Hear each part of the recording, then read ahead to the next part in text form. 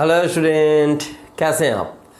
तो आज एक काफ़ी इम्पॉर्टेंट टॉपिक है जो कि हम लोग पढ़ेंगे और ये भी गेस क्वेश्चन है इस साल के लिए। ठीक है, मैंने समझिए कि ये बहुत बार एग्ज़ाम में आया है। जो लोग क्वेश्चन बैंक उठाकर देखिएगा तो उसमें पता चलेगा कि एग्ज़ाम में बहुत बार पूछा गया है। टॉपिक का नाम है, तो हम लोग गॉसेस लॉ के द्वारा कूलम्ब्स का लॉ जो है वो हम लोग फाइंड करेंगे। मैंने गॉसेस लॉ का प्रयोग करके कूलम्ब्स का लॉ निकालेंगे। इसके पहले हम लोग पढ़े थे गॉसेस लॉ को अलग पढ़े थे, कूलम्ब्स लॉ को अलग पढ़े थे। अभी क्या करना है, गॉस का लॉ प्रयोग करना है और कूलम्ब्स का लॉ हम लोग क्या करना है, फाइंड करना है। तो चलिए शुरू करते हैं।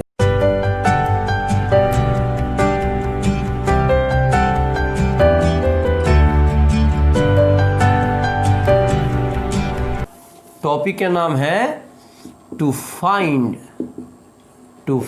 The Coulomb's law by the help of Gauss's law.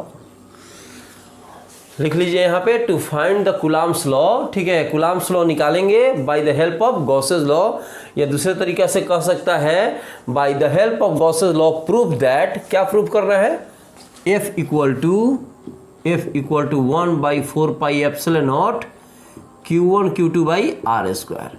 ये आपको प्रूफ करना है, मैंने गॉस का लॉ फाइंड करना है, गॉस का लॉ का यूज करना है और आपको फाइंड करना है कूलम्ब्स लॉ। इतना फाइंड करना है, F equal to 1/4πε0 Q1 Q2 by R square.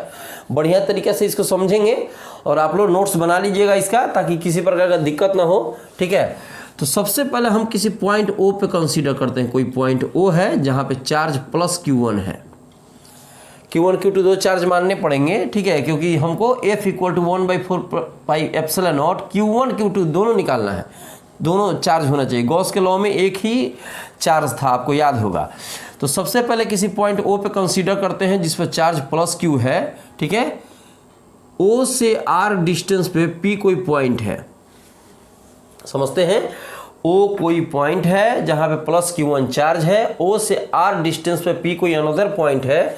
OP को रेडियस मानते हुए हम क्या करते हैं, Q1 के चारों तरफ एक गॉसियन सरफेस हम बना देते हैं।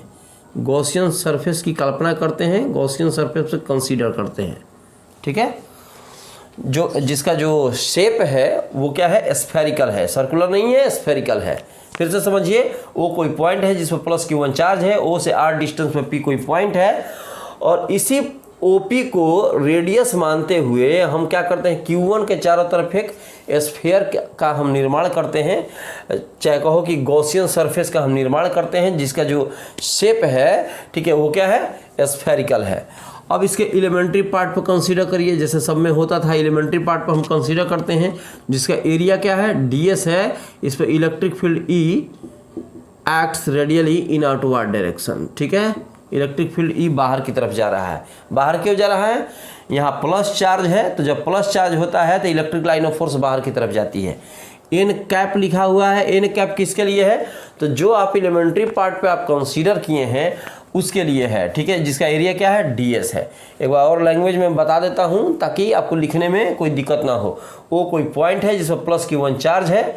ठीक है, O से R डिस्टेंस में P कोई पॉइंट है। OP को रेडियस मानते हुए चार्ज के चारों तरफ एक गॉसियन सरफेस का हम कल्पना करते हैं, गॉसियन सरफेस पे हम कंसीडर करते हैं, जिसका जो शेप है वो स्फेरिकल है। इसका एलिमेंट्री पार्ट का एरिया जो है ds है। इस पर इलेक्ट्रिक फील्ड इंटेंसिटी जो है बाहर की तरफ एक्ट कर रही है। ठीक है, अब गॉसेस लॉ का प्रयोग करेंगे, बाय गॉसेस लॉ, याद होगा Gauss's law.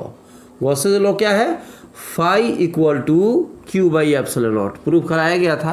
Phi equal to Q/ε0। Phi का फॉर्मूला बताइए, तो फाई का फॉर्मूला होता है E.ds।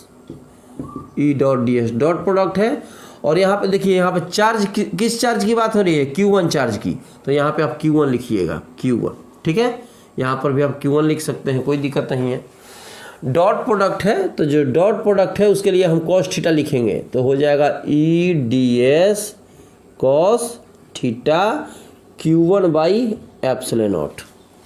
यहाँ देखिए पैरेलल है, लाइन पैरेलल है, तो पैरेलल है तो कितना डिग्री, 0 डिग्री। ई को आप ई को चाहें तो बाहर निकाल सकते हैं, यहाँ पे ई बाहर निकाल लीजिए, ds अंदर रहेगा cos 0 degree Q1 by epsilon not. ठीक है, ई का ई लिखिए, यहाँ ई हो गया, ds के लिए s लिखेंगे और cos 0 का वैल्यू हो गया 1। ds क्या है? एलिमेंट्री पार्ट का, एलिमेंट्री जो पार्ट आपको दिख रहा है उसका एरिया है। ठीक है, और s क्या है? तो s जो है टोटल सरफेस का एरिया निकल गया, मैंने जो भी आप गॉसियन सरफेस पे कंसीडर किए हैं उसका टोटल मैंने ये छोटा एरिया, और जब इसका इंटीग्रेशन किया गया तो टोटल एरिया यहाँ पे फाइंड हो गया। ठीक है, इधर क्या है? Q1 by epsilon not. ये जो s है, जो यहाँ पे s दिखाई दे रहा है, टोटल सरफेस का एरिया। सरफेस कैसा है? स्फेरिकल है, तो हम स्फेयर का यहाँ पे क्या लिख देंगे? स्फेयर का एरिया लिखेंगे, तो E इक्वल टू हो E into 4 pi epsilon not, 4 pi r square. ये हो गया स्फेयर का एरिया। इसको इधर भेज दीजिए तो क्या आ जाएगा? E equal to 1 by 4 pi epsilon naught Q1 by r का स्क्वायर। हमको निकालना क्या है? F equal to 1 by 4 pi epsilon naught Q1 Q2 by r square. सारा का सारा कुछ निकल गया, सिर्फ यहाँ पे Q1 और एक क्या चाहिए? Q2 चाहिए, मतलब 2 चार्जेज चाहिए। इसमें क्या चार्जेज है? 1 चार्जेज है। सबसे पहले क्या करते हैं, P पॉइंट जो यहाँ पे दिखाई दे रहा है, इसी पॉइंट P पे हम क्या करते हैं, एक अनदर चार्ज Q2 पर कंसीडर कर लेते हैं कि P पे कोई चार्ज क्या है? Q2 है।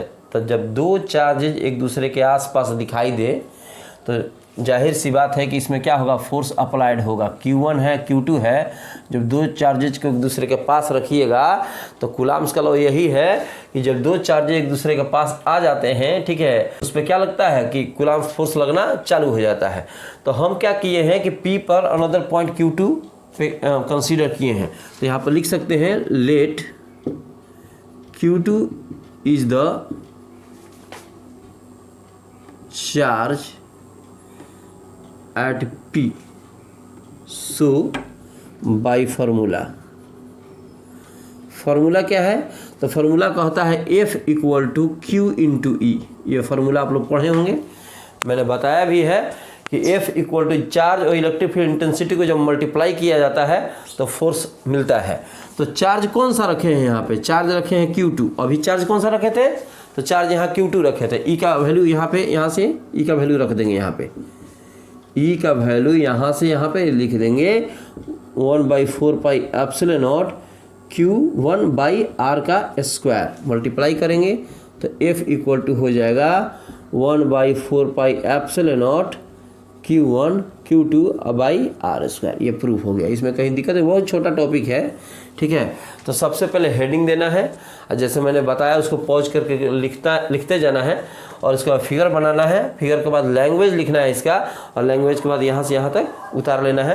तो क्या करिए, इसका स्क्रीनशॉट ले लीजिए, जल्दी से पॉज करिए, स्क्रीनशॉट ले लीजिए। स्क्रीनशॉट हो गया मेरे भाई। ठीक है, तो मिलते हैं छोटे से ब्रेक के बाद।